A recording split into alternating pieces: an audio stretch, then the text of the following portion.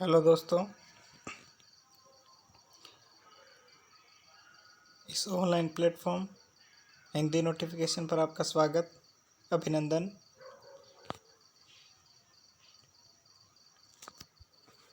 MA previous Rajasthani से संबंधित श्रृंखला में हम पढ़ रहे थे, जिसका जो प्रथम प्रश्न पत्र है उसके बारे में हमने पढ़ लिया था। अब जो द्वितीय प्रश्न पत्र है उससे संबंधित ये पहली क्लास है, और इससे पहले यदि आपने पिछली क्लासें नहीं देखी हैं फर्स्ट पेपर से संबंधित, तो आप एमए प्रीवियस राजस्थानी प्लेलिस्ट में जा कर के देखिए। और इस चैनल पर पहली बार आए हैं तो एक लाइक कमेंट प्यारा सा और चैनल को सब्सक्राइब जरूर कर लीजिए। सबसे पहले हम जो दूसरा प्रश्न पत्र है एमए प्रीवियस का, यहाँ पर ये थोड़ा सा ब्लर है, सही नहीं है इसकी, चलो कोई दिक्कत नहीं।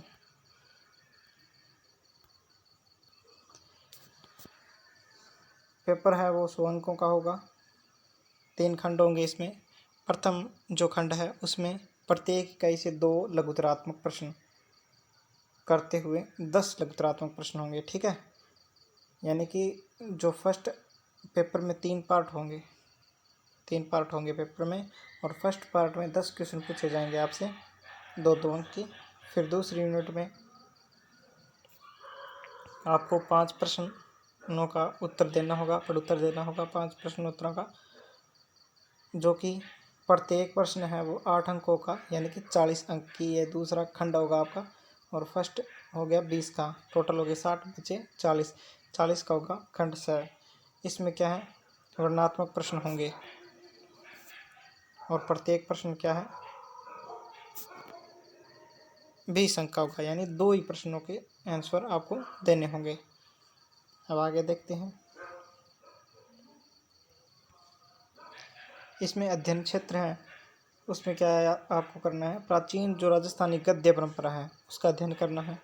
उसके बाद में मध्यकालीन राजस्थानी गद्य परंपरा है उसका अध्ययन करना है। फिर वचनिका जो परंपरा है, जिस प्रकार से वात होती है, रासो काव्य होता है, उसी प्रकार से वचनिका काव्य भी परंपरा होती है, उसका आपको अध्ययन करना है। उसके बाद में वात परंपरा, जिस प्रकार से वात परंपरा है उसी प्रकार से वचनिका, उसी प्रकार से रासो होता है, तो उसका भी आपको अध्ययन करना है। और लास्ट जो 5वां बिंदु है उसमें क्या है, राजस्थानी वात परंपरा की जो समृद्ध और विस्तृत रचनाएं हैं उनका अध्ययन करना है। तो यहाँ हम विस्तृत अध्ययन कर लेते हैं इनका। जो फर्स्ट इकाई है उसमें प्राचीन और मध्यकालीन राजस्थानी गद्य परंपरा का अध्ययन करना है। दूसरी में अचलदास की चिरी वचनिका एक रचना है, उसकी आपको व्याख्या करनी है और आलोचनात्मक अध्ययन करना है। तीसरी में राजस्थानी साहित्य संग्रह है, एक से व्याख्या एवं आलोचनात्मक अध्ययन। नेक्स्ट है जो चतुर्थ इकाई है कुंवर से सांख लो, उसमें मनोहर शर्मा से व्याख्या और आलोचनात्मक अध्ययन करना है। और 5वीं जो इकाई है उसमें जगदेव परमारी वात परमार होता है यहाँ पर, ठीक है। यह है महावीर सिंह गहलोत से व्याख्या और आलोचनात्मक प्रश्न। अब आपको पाठ्य पुस्तकें कौन सी काम में लेनी है। वैसे तो आप यदि ये पुस्तक मंगानी चाहो तो यदि आप जोधपुर से हैं तो आपको आसानी से अवेलेबल हो जाएगी। जोधपुर, उसका रीज़न है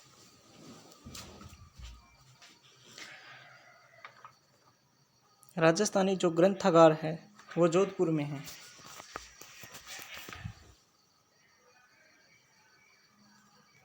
मैं आपको लिख के दे देता हूँ।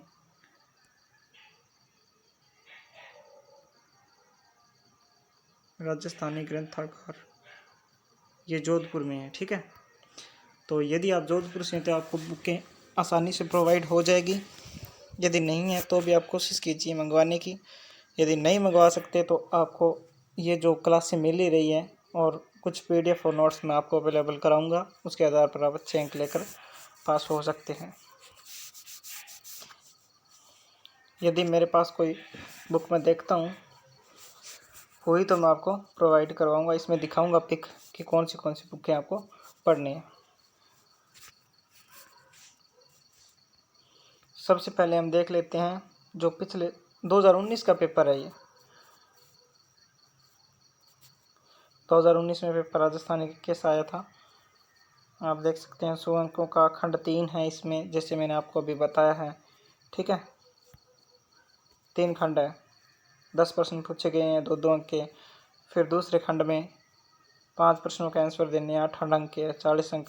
उसके बाद में 20 अंक के 2 पढ़ उत्तर देने हैं आपको, तो 40 हो गए। 40 40 80 और 20 100 अंक हो गए टोटल।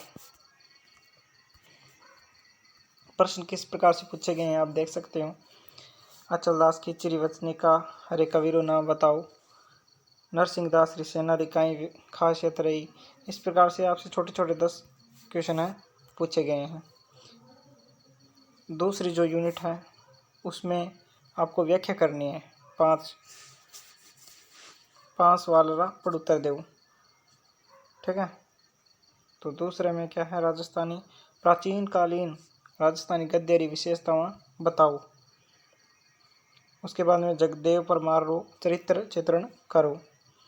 और चौथा है नीचे लिखोड़ा गद्यांश और पद्यांशारी प्रसंग सेति व्याख्या करो। यानी कि नीचे दिए गए जो गद्यांश और पद्यांश दिए गए हैं नीचे, उनकी आपको सह प्रसंग व्याख्या करनी है। ये यहाँ पर क्या है, जो पद्यांश और गद्यांश दे दिए गए हैं आपको व्याख्या करनी है। फिर यहाँ दे दिए गए गद्यांश दे दिए गए हैं, सॉरी पद्यांश दे दिए गए हैं। ये पद्यांश है, यानी जो कविता की तरह होगा, या फिर जिसे क्या होता है गाया जा सकता है, जिसका एक लय होता है। ठीक है, जिसमें काव्य शास्त्र को ध्यान में रखकर जो रचना की जाती है वही क्या है, पद्य है। वो क्या है, पद्य है। तो ये आपको दिख रहा है पद्य है। और गद्य क्या है, जो आप लाइन टू लाइन सीधा ही जिस प्रकार से मैं आपको बोल रहा हूँ व्याख्या होती है, वो एक प्रकार से गद्य है, जिसमें क्या है लय नहीं, वो नहीं होता। एक प्रकार से जिस प्रकार से आप देखिए, ये जो पंक्ति है इसमें ये बिकाई लिखा है, यहाँ जाई लिखा है, यहाँ बिकाई लिखा है, यहाँ जाड़ी है, यहाँ उजाड़ी है। यानी कि इन दो पंक्तियों का जो अंतिम स्वर है वो मैच हो रहा है, इनका भी मैच हो रहा है, इनका मैच हो रहा है। ये है पद्य। लेकिन गद्य में ऐसा नहीं होता। गद्य में जिस प्रकार से मैं बोल रहा हूँ व्याख्या कर रहा हूँ वो चीज़ है साधारण भाषा, वो गद्य है। यहाँ पर वे फिर आपको व्याख्या करनी है, फिर व्याख्या करनी है 7 तक और 8वें तक ये व्याख्या करनी है। फिर खंड 6 में आपको प्रश्न 4 पूछे गए हैं, लेकिन आंसर आपको 2 के देने हैं। जैसे इस प्रकार, इसे 9 और 12 का दिया है, आप इसमें से कोई भी 2 कर सकते हो। 2 करने 4 हैं, 2 करोगे और एक प्रश्न है 20 अंक का, तो 40 अंक आपके पक्के। सबसे ज़्यादा नंबर आपको यही पार्ट दिलाने वाला है। ये आप अच्छे से लिख के आना, पॉइंट टू पॉइंट लिख के आना। अचलदास की चिरवचनिका है, उसके बारे में मैं आपको पढ़ाऊँगा, वो आप पढ़ लेना। और कुंवर सिसांखलेर चरित्र, इसके बारे में आप पढ़ लेना। ये दोनों मैं आपको ज़रूर बताऊँगा, दोनों पढ़ लेना, बस आपका ज़रूर काम हो जाएगा। बाकी ये इनमें से आपको ये भी बताऊँगा थोड़ा बहुत राजस्थानी साहित्य के बारे में, वीरमती रो चरित्र चित्रण के बारे में, लेकिन आपको करने 2 ही हैं वहाँ पर। अब जो फर्स्ट पेपर में है छोटे सवाल हैं, साव छोटा सवाल, यानी कि सबसे छोटे सवाल हैं, उनके आंसर आपको देने हैं। सबसे पहला प्रश्न है यहाँ, अचलदास की चिरवचनी का रचनाकार पुनः, जो हमने पीछे पेपर में पहला प्रश्न यही पढ़ा था, शिवदास गार्डन। आपको रट्टा मारना है इनका, अच्छी तरह से रट्टा मार लेना।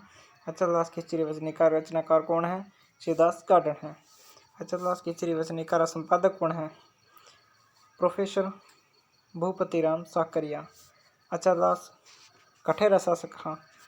गढ़ गागरोनरा यानी कहाँ के शासक थे, और गढ़ गागरोन यानी जो झालावाड़ में है। ये कहाँ पड़ता है? झालावाड़ में। अचरदास खिंचीरियो युद्ध किणरे साथ हुए। मांडू शासक होसंग शाह है। अचरदास खिंचीरा बेटे रो नाम काई हो, यानी कि अचरदास खिंची के बेटे का नाम क्या था? पालन सिंह। उसके बाद में है अचरदास खिचरी पटरानी रो नाम काई हो, यानी उनकी जो रानी थी पटरानी, उनका क्या नाम था? पुष्पावती। अगला है 7वां प्रश्न। रामदास वेरावत्री आखड़ी कथा में वर्णित विरुद्ध और आखड़ी रो कई अर्थ है, यानी इन दोनों शब्दों का क्या अर्थ है? विरुद्ध और आखड़ी का। विरुद्ध रो अर्थाव जस और आखड़ी रो अर्थ प्रण हुए। अब जस किसे कहते हैं? जस यानी कि यश, ठीक है। हिंदी में इसे यश बोलते हैं, लेकिन आपको राजस्थानी भाषा ही लिखनी है वहाँ पर। इस प्रकार से मत लिख देना, ये गलत होगा कि लिपि आपको राजस्थानी लिखनी है, मुंडियावनी। और आखड़ी रो अर्थ है प्रण, जिसे हम प्रतिज्ञा बोल सकते हैं, ठीक है, और प्रण भी बोलते हैं या वचनबद्ध बोलते हैं। अब है अगला प्रश्न। राजस्थानी साहित्य संग्रह भाग प्रथम रा संपादक कौन है? भाग प्रथम के संपादक कौन है? नरोत्तम दास स्वामी है। उसके बाद में जगदेव परमार कठे रसा सका। धारा नगरी रा उदयादित रा पुत्र हा। फिर है जगदेव परमार किण राजा रे अठे आश्रो लेवे, यानी किसके आश्रय में रहते थे? आश्रय यानी कि आश्रय। एक एक शब्द आपको आसानी से समझ में आ जाएगा। पाटन रा सिद्धराव जय सिंह सोलंकी रे अठे। अगला प्रश्न है जगदेव री पत्नी रो काई नाम हो? जगदेव री पत्नी रो काई नाम हो, यानी उनकी जगदेव की पत्नी का क्या नाम था? जगदेव परमार की पत्नी का नाम था वीरमती। उसके बाद में है अगला प्रश्न। सिद्धराव जय सिंह सोलंकी री प्राण रक्षा सारू जगदेव किणरे सामी आपरो शीश अर्पित करे। कंकाली रे सामी। कुंवर सिंह सांकड़ो रचना रो संपादक कौन कर्यो? कुंवर सिंह सांकड़ो रचना रो संपादक मनोहर शर्मा ने किया है। उसके बाद में कुंवर सिंह सांकड़े रे पिता रो काई नाम हो? खीम सिंह सांकड़ो। खीम सिंह सांकड़ो। कुंवर सिंह रो ब्याह किण रे साथे हुए, यानी कि कुंवर सिंह का विवाह है। ब्याह यानी कि विवाह है, आपको विवाह नहीं लिखना है, ब्याह लिखना है। ब्याह भरमल साथे, यानी भरमल उनके पत्नी का नाम था।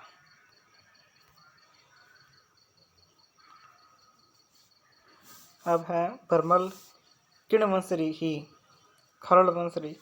खरड़ खरड़ खरड़ ये ल है दोस्तों, लेकिन ये शुद्ध ल नहीं है। ये राजस्थानी भाषा में ल इस तरह से लिखा जाता है कि अ और ये स्वर, इन दोनों को मिलाने के बाद ये मिल बनता है, ठीक है। अड़ अड़। बारमल रे पिता रो काई नाम हो? बारमल के पिता का नाम था वेणीदास। क्या था? वेणीदास। आज की क्लास यहीं समाप्त करते हैं। यदि आपको इससे कुछ सीखने को मिला है तो प्लीज़ एक लाइक